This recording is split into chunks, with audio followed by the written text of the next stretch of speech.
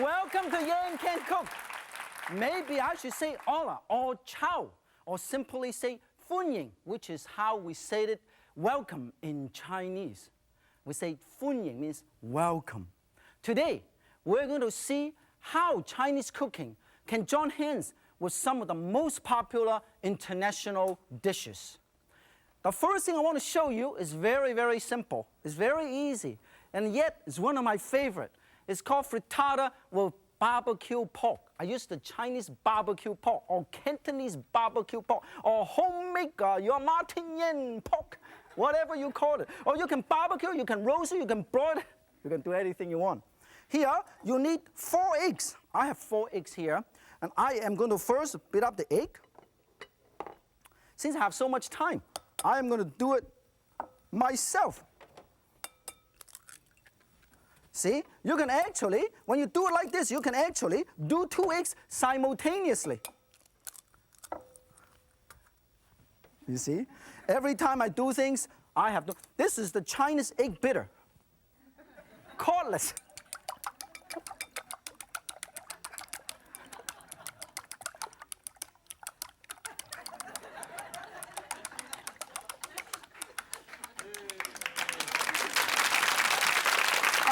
This can be exciting. I guess using a cordless egg beater can excite people. This is wonderful. I'm going to do more. This is all done. This omelet is wonderful because omelet is perhaps one of the most popular international dishes that I can think of. Everywhere you go, there's always omelet, different variation. This particular omelet is basically my version. I guess it doesn't matter where you go. As long as you find chicken, you will find omelet. I'll cut this up into chunks like this. In the meantime, I'm going to heat up my frying pan like this. There's a little baby frying pan. I'm going to heat this up. Okay, then I'm going to cut this barbecue pork into chunks. First, I slice it into thin slices like this. Then I cut it up 1, 2, 3, 4, 5, 6, 7. This, I'm going to save it for my sandwich. Okay, and then cut it up one more time. 1, 2, 3, 4, 5, 6, 7, 8, 9, 10. Look at what you're doing, please. When I look at it, I get so nervous. How are you doing, everybody? How are you doing at home? Are you having fun so far? I'm counting how many slices I'm using. 1, 2, 3, 4, 5, 6, 7, 8, 9, 10. Oh, done. Okay. And then set it aside. This is barbecue pork. The great thing about this is you can do it. If you don't have this, you can use ham. But otherwise, if you use ham, it won't be too Chinese anymore. Another thing is, how can we give this frittata an extra special Chinese touch? All you have to do is find someone Chinese and touch the dumpling. A Chinese touch. No, seriously, what I do is I use bamboo shoot, barbecue pork, and also some Chinese seasoning to make it Chinese. You cut it up, cut it up. This is bell pepper. If you want, you can also use some green bell pepper. Set it aside. Put them all, set it aside. Now, when this is done, we are going to heat this up with a tiny bit of oil, and then we're going to saute some bell pepper, green onion. Ooh. And then also, we're going to chop up some, whoa, this is wonderful. This is how I use my knife to transfer the food. You see, this is barbecue pork. And then I hold on to this. You should never touch hot plate like this. Very tough to make a living. Always remember, make sure don't lose anything. And then you set aside, and then you do some bamboo shoot. Once again, you see that? I cut it up into slices like this. You see this? Slices, slices, slices, and then put them all back together. Then I am going to go 1, 2, 3, 4, 5, 6, 7, 8, 9, 10. No problem. This is so easy. You think this take too long? No way. Put them all together, chop them all up, chop them all up, chop them all up. It depends on how much time you have. If I were you, I would do all of this way ahead of time. Okay? Put them all here. Okay. And then we'll season this. Oh, don't lose anything. We'll season this with a tiny, tiny bit of broth. Oh, wow, almost. And also, a tiny bit of ginger if you want. Now, this is what makes it more Chinese too.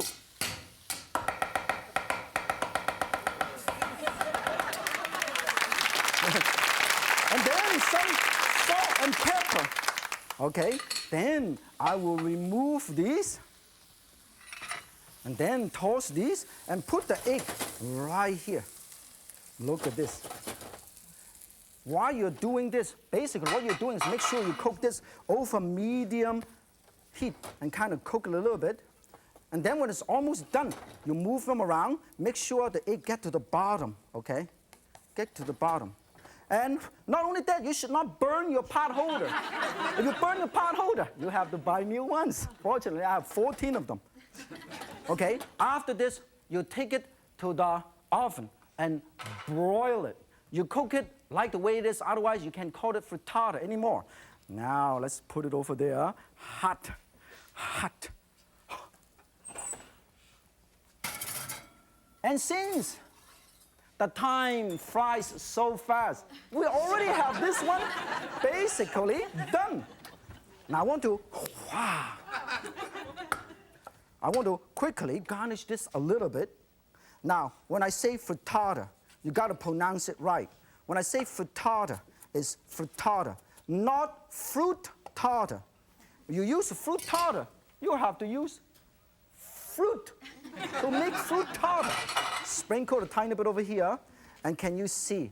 Scrumptious.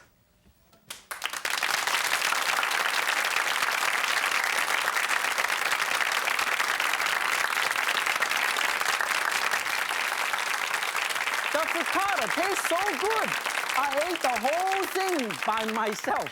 Now, the next one I'm going to show you is a very interesting version of the Chinese Cioppino. I call this a fisherman's stew. This is very interesting. What you have is what you get. The idea is to use the catch of the day. Let me see what I caught at the fish market.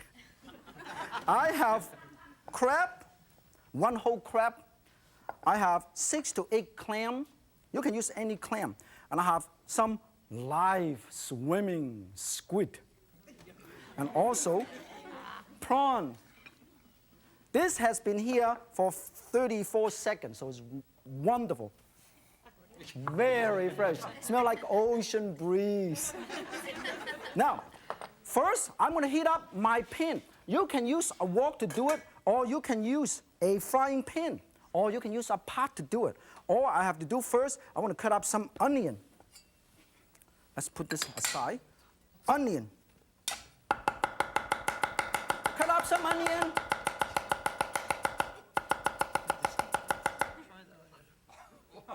Always make sure you check after you finish, because you go so fast, you can never tell. I love this because when I do this, I can actually take a nap.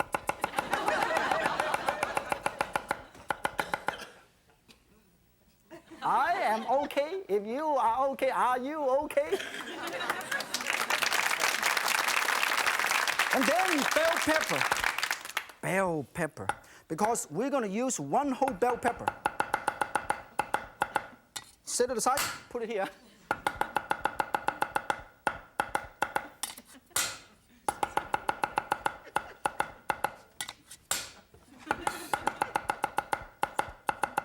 I love to cut things. Now, when this is done, we are going to saute this. First, onion, bell pepper, and wow, look at this. This is going to be wonderful. Chinese version of the fisherman's stew, Cioppino. Everything I get it from the fish market. Stir this. And then also tomato, chopped tomato. Wow, it sounds wonderful. Can you hear the excitement of the sizzling sound? Can you smell it over there? Mmm, unbelievable. It's only about 3.5 miles away. They can smell it. It's unbelievable. And then also put some chopped cilantro, and we're going to let it cook for a little while. Saute it for a little while, and a tiny bit. Let it cook for a little while. Okay. In the meantime, we also will put clam and crab meat over here, because you want to cook it for a little while. After you cook this for about 15-20 minutes, very low heat, okay? And then the next thing I want to show you is how easy it is to make Chinese Cioppino, or once again, the Fisherman stew. But we need some squid, and I want to show you how easy it is to clean the squid, okay? Here I have this ocean breeze squid. First, very interesting. You pull this out first. Step number 1, pull this whole thing out. You see this? Don't look. And then, next step, you pull out the backbone. This is the backbone. You see this whole piece of backbone? And then, next step, you cut this up in half. Open up in half, okay?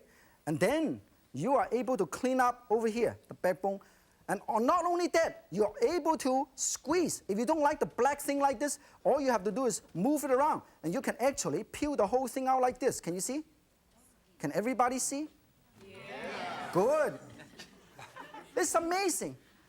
If people can see it from 3.5 miles away, you should be able to see it at home, because the television set is only about 5 feet from you. This is amazing. This audience is all mighty audience, have an eyesight of 40-40. Okay, take it out. Look at this. Clean it up. Now, it is very, very important not to destroy the ink bag. So the ink bag is right around here. If you destroy this, you are not going to have to go to the store and buy ink. This is the tentacle. And then, this is how the Chinese do it. Look at this. 1, 2, 3, 4, 5. But while you're doing this, you should come back over here and stir it a little bit more, so they won't end up having burned Cioppino. Otherwise, it would not be very exciting. It is looking good. Come back and do one more. You see, you should do 2, 3 things at the same time. Look at this. I do it at an angle. Once again, I do 1, 2, 3, 4. I'm scoring the surface, okay? And then got 1, 2, 3, 4 pieces. Put it all over here. And then I'm going to put it over here. Now, what I have left is squid, shrimp, and also some green onion and garlic and ginger. Let's chop some garlic.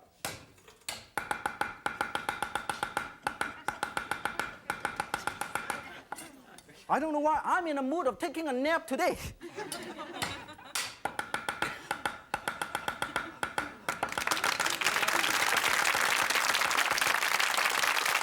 This is how I relax at home. When I cook, I nap. But anybody under the age of 14, don't do it. How you doing in the studio? They are all having fun. They're all smiling at my Cioppino. Okay, this is wonderful flavor. To add more Chinese flavor to it, stir. Now we're gonna cover the, look at this. My clam is opening up for business. Look at this. If the clam is not open up for business, they are unhappy clams. Don't do business with them, because when the clam is cooked, if not open up, they're not good. That's very important. So we'll put the broth, seafood broth. Oh, look at beautiful. And then sprinkle a tiny bit more cilantro.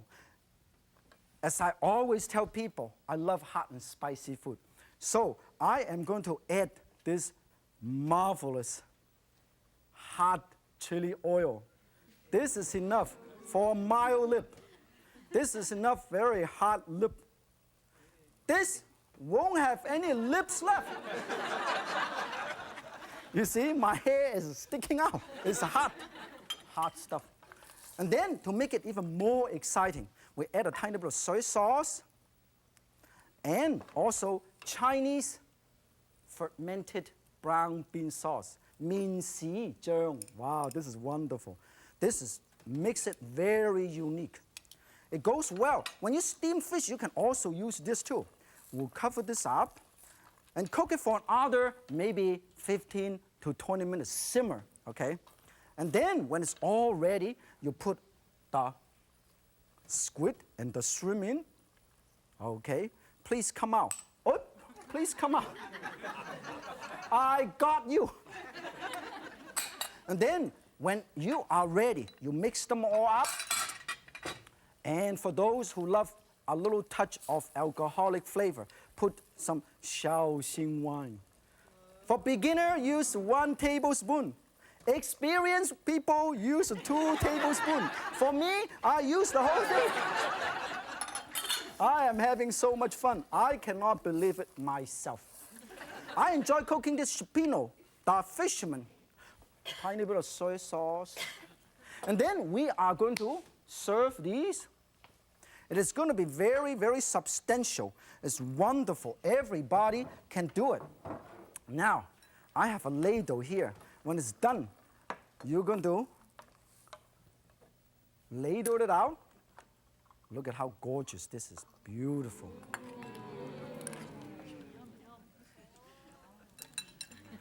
When you serve these, you can serve this with rice. I happen to have a big bowl of rice. Look at how marvelous Cioppino.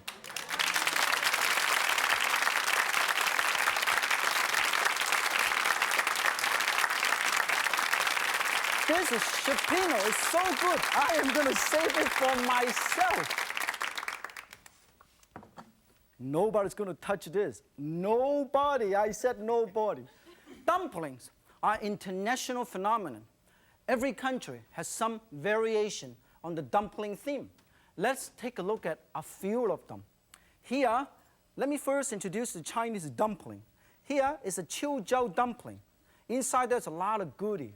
Peanut, ground pork, water chestnut, bamboo shoot, green onion, and also the dough is wheat starch.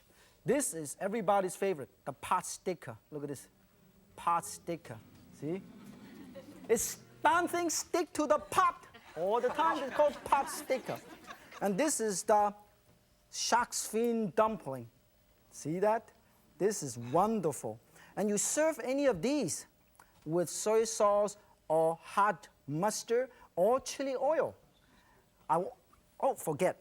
I want to show you the flour dumpling. Have you ever seen this flour dumpling? This is new. I've never seen this before. This is so good. I am going to put it over here for myself. Flour dumpling. Here we have some international variations. This one is empanada. Pan means, in Spanish means bread. Inside there's meat and vegetables. It's wonderful. This one is knish. It's Jewish. Inside there's potato, mushroom, and spinach. I love it. And this one is pelmeni. This is very, very just like a wonton, but it's Russian dumpling. And this one is a favorite Italian ravioli. And all of these are my favorite. And I have this at least once a week. Now, after all these wonderful dumplings, let's get back to another international favorite, the fajita. I call this Tsingtao fajita because I use wasabi to marinate my meat. Here, I have approximately 1 pound of beef. You can use chuck stick, you can use flank stick, you can use, most of the time they use flank stick. You marinate this overnight in a wonderful combination of marinade. I'll tell you what it is. And then, why I am going to go to do other things, I'm going to show you how easy to cook it. I'm going to cook it over here in this very interesting portable gas burner, because this way you can take it to your picnic, put it in your garage, you can cook it in the middle of nowhere, you see. I'm going to heat this up, and then, first thing, marinated flank steak. I'm going to put it over here first, very closely to take how hot this is. Now, of course, you should slightly oil this a little bit so they would not get stuck. Otherwise, not only you have pot sticker, you have Frittata sticker. Tiny, tiny bit. This is all I use. If this is not enough, no big deal. A tiny bit more. See, very flexible. And then you cook the darn thing. Wow! I am lucky to remove my hand fast enough. Now, how do you marinate this? This is the marinade. You use approximately a quarter cup of soy sauce, okay? And you also use about 2 tablespoons of Chinese spirit. Or you don't want to, you can use an international spirit. You can use vodka. Or you can use tequila. I use Wu Jiape, Ngape. Wonderful. 110 proof. Knock my boots off. And not only that, I'm going to kind of let it cook for approximately, over high heat, for approximately 2 minutes on each side. Now, just like you cook steak, you should put some weight on it so they won't curl up a little bit. So if I were you, I would put some weight. This would not run away anymore. Now, in the meantime, I am going to show you how easy it is to make the salsa. Now, of course, this is absolutely sterilized. I use this in my kitchen every day. Exercise. Now, here, I'm going to show you how easy it is to make the salsa. Here is a bowl. I am going to make with this tomato. I have about 2 large tomatoes. Chop it up, get rid of the seed, okay? And then also, I have some chopped jalapeno chili pepper. Wow, this is wonderful. Cilantro, approximately 2 tablespoons of cilantro. Also, use about half a teaspoon of salt. Please come out. The darn thing is not coming out. Please come out. I don't know why. And then also, let us cut up a tiny, tiny bit of onion. You see? Cut it up, cut it up, cut it up, cut it up, cut it up. And then put them all together, and I chop it up. Now make sure you occasionally go back to what you're doing. Let us check. Otherwise, marvelous. Look at how beautiful it looks. Isn't that wonderful? I agree. This is so wonderful. It smells so good. Now, when you marinate this overnight, you actually tenderize the meat too. And not only that, you use high heat. Do not cook it for too long. This way, you help to seal in the juice and make it juicy, nice, delicious, and succulent. If you overcook the darn thing will be dry, will be tough, and you chew your jaws off. Okay, chop, mince, onion, and then, look at this. I am also using a tiny, tiny bit of rice vinegar, okay, 2 tablespoons. And also, use about 2 teaspoons of chili pepper. You can use a little bit more if you want. Basically, the idea of using this is to give a kick, a little kick to it. No, let me also mix this up. Make sure you do not use too much. If you use too much, you'll be doing more than just salsa. You're going to be cha-cha or bamba. Mix them all up. This is what you're going to serve with. I'm going to show you how we're going to do this. You see, this is the tortilla. And this is all these things we're going to serve. And this is basically done. Wow, look at this, beautiful. When it's done, we're going to serve it very, very nicely. Here, I even serve it on this hot plate. This is beef, so we use a cow hot plate. And we'll chop up some onion. And then I put it over here. And then green onion, put it over here to give it more Chinese touch. And then I go 1, 2, 3, 4, 5, 6, 7. Put it over here. And then you serve these with all of these sour cream mix, which has sour cream, soy sauce, sesame seed oil, everything. The fun of cooking is in inventing new recipe or improving old ones with new and different ingredients. We certainly had a lot of fun today with you in the studio. Today, we all have some wonderful, delicious international dishes. So join me again next week. If Yan can cook, so can you. Join me.